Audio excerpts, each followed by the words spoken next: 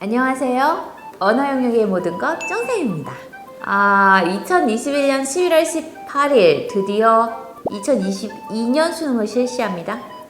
오늘 촬영 날짜는 9월 25일, 수능 54일이 남은 지금 올해 고3과 재수생을 위한 영상을 마지막으로 촬영합니다. 올해 수능에 무엇이 나올까요? 시험지를 다 같이 머릿속으로 그려보자, 마인드 컨트롤 하라고 합니다. 자, 한번 그려보겠습니다. 독서론 3문제 나올 거고요. 만약에 1번과 2번과 3번이 다 독립되어 있다면 제일 위에 가로에 1-3으로 안 적혀 있습니다. 1번, 2번, 3번 따로 문제가 주어질 것이고요. 만약에 1번에서부터 3번까지 영성성이 주어지는 문제가 있다면 제일 위에 가로치고 1-3으로 되어 있어서 그러니까 이제 문제가 전체적으로 연속성이 주어지는 독서론 문제일 것이다 라고 생각하시면 됩니다. 그래서 제일 먼저 시험지 제일 보시면 독서론 같은 경우 위에 가로치기 1, 2, 3번 확인, 연속성이 있는지 독립적인 문제인지 확인. 이 문제를 잘 풀기 위해서 학생들에게 리트 추리 영역 부분을 추려서 제공했습니다. 올해 나올 만한 그 독서 파트 부분 추려서 제공을 했고요. 그 다음으로 이제 4번부터 시작하는 독서 파트입니다. 독서 파트 올해 뭐 나올까? 논중 관련 지문이 나올 확률이 크다고 보고 있습니다. 그래서 지금 현재 학생들에게 논중 부분만 정리를 해서요 제공하고 있습니다. 철학 파트가 사실 시험 문제 나오면요 그리 힘든 질문은 아닌데 논증은 힘들어요. 논중 파트 중에 특히 보기랑 같이 나온 3점짜리 문제 같은 경우는 풀기가 어렵습니다. 그래서 첫 지문이 특히 4번 문제부터가 논중 파트다. 논중 부분이면 머리가 상당히 아픕니다. 그래서 미리 연습을 하고 가시는 것이 나쁘지 않다. 그리고 9월 모평에 메타버스가 나왔는데 실은 그냥 가볍게 생각했어요. 작년 3D 관련 지문이 출제돼서 이번 연도에는 조금 다른 게 나오지 않을까 생각해서 올해 사실은 친구들에게 바이오 관련, 그다음에 빛과 레이저, 양자역학, 알고리즘 파트, 그리고 수소차, 그죠?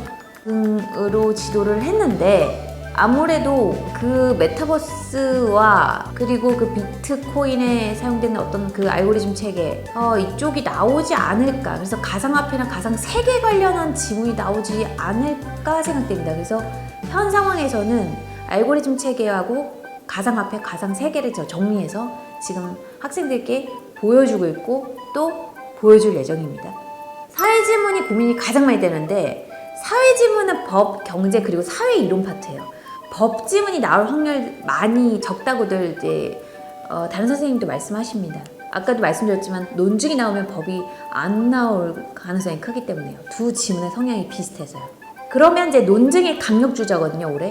그렇다면 법 지문보다는 경제일까 생각을 했어요. 경제 지문의 경우 올해 특히 환율 및 경상수지 관련된 문제가 출제될 것 같아서 경상수지까지 지도를 했습니다. 그런데 이 구성을 생각해 보면 논증, 알고리즘이면 가볍게 사회이론 파트라든지 예술 파트가 하나 정도는 이지하게 나올 가능성이 있다고 보거든요. 이유는 9월 모평이 올 모평이었기 때문에 정치 그 이론에 관련된 파트는 수능 스타일은 아니거든요. 그렇다면 사회 경제 이론이라든지 그래프 하나 정도는 같이 나올 수 있고 아니면 리카도 지대이론 있잖아요. 리카도 지대이론은 너무 쉬운데 그 학파 관련한 지문이 나오지 않을까 생각하고 있어서 사회이론 관련 지문도 좀 더 준비해서 보여줄 예정입니다. 그런데 기본적으로 학생들에게 설명을 하고 학부모님께 설명드리는 게 뭐냐, 다른 파트 구멍 절대 만들어 놓지 말아라. 구멍 만들지 마시고 그 위에 올해 나올 만한 것들을 더 지도하는 거죠. 그래서 제 학생들에게 경제 파트 및 법 파트는 이미 완성을 시켜놓은 상태입니다. 당연히 알고 풀게 합니다. 논증, 알고리즘, 사회이론, 그래프가 포함되는 어떤 지문, 그리고 예술의 음악 파트까지 이렇게 생각을 하고 있고 그렇게 만들어서 파이널 자료에다가 넣고 있습니다. 문학음도 제가 자신이 늘 있었습니다. 제가 올해 3월, 6월, 9월 모의고사 문학작품 3개씩 다 맞췄거든요. 올해 수능 특강과 완성이 나온 작품들 중 50% 정도 나오겠죠, 그죠? 제가 지금 레코딩하는 그 시기가 9월달이라 10월 모평이 아직 안 끝났어요. 10월 모평이 끝나고 나서 확실히 감이 오고 통계도 다시 확인하기 때문에 옥주호연이라든지 현대소설 강, 정갈, 사시사 스타일 그 고전시가에서 몇 가지 잘 정리를 해서 올해 학생들에게 제공을 할 예정입니다.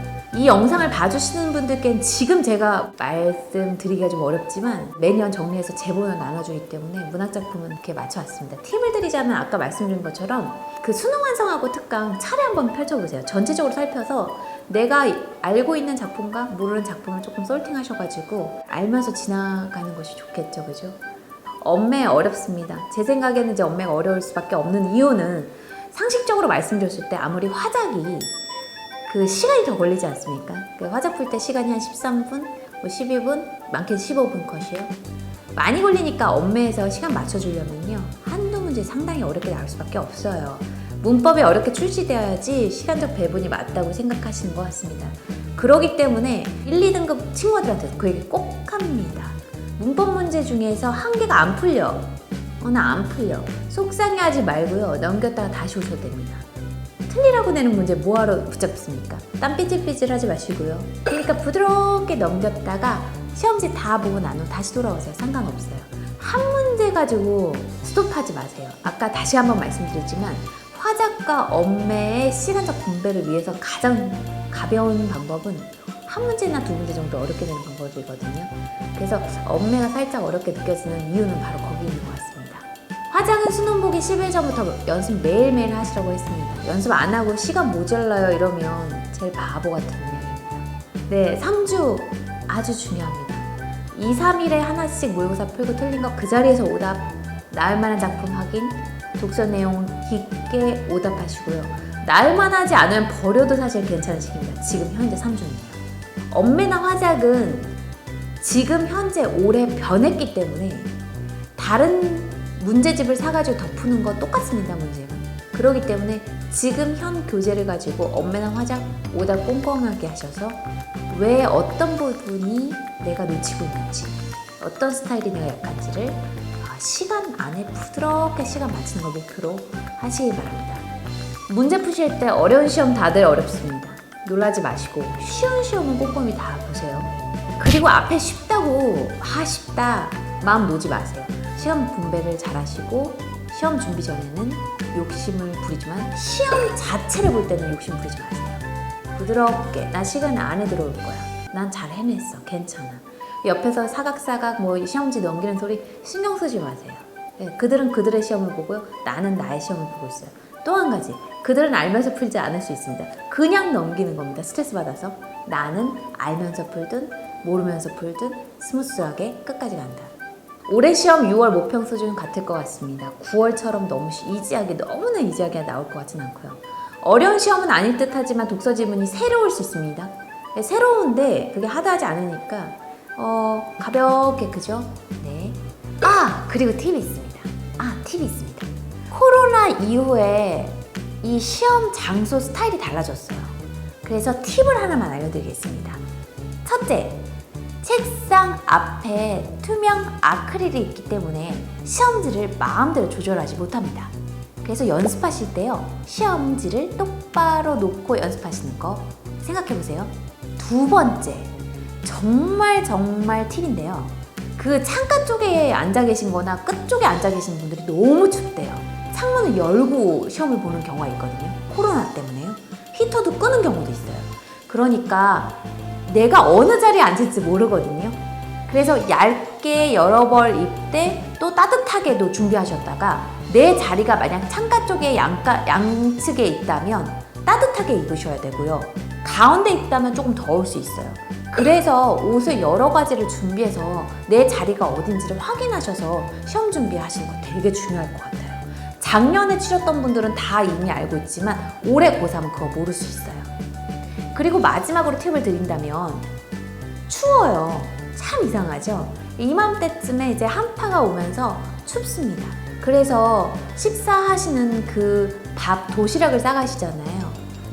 너무 차갑게 가져가지 마시고 또 너무 많은 양을 싸가지 마시고 나에게 적당한 양을 싸가지고 가셔서 그 전에 미리 10월 모평이라든지 혹은 이제 집에서 한번 그 반찬들을 드셔보세요. 내가 소화가 잘 되는지 꼬르꼬르 소리가 조금 언제쯤 나는지 그것도 한번 확인해 보시는 게 상당히 좋습니다. 포도당 사탕이라든지 초콜릿 같은 경우 가져가는 것이 좋겠고요. 그죠? 진짜 마지막 그 샤프를 나눠주잖아요. 근데 그 샤프를 나눠주면 샤프심 빼가지고 내가 원래 쓰는 샤프심을 바꾸는 경우 상당히 많습니다. 알죠? 수능을 준비하는 모든 분들이 원하는 점수가 나오기를 정말로 바랍니다. 지금까지 여러분들과 함께해서 너무나 행복했던, 그리고 올해 수능 마지막까지 함께할 국어 영역의 모든 것 쫑쌤이었습니다.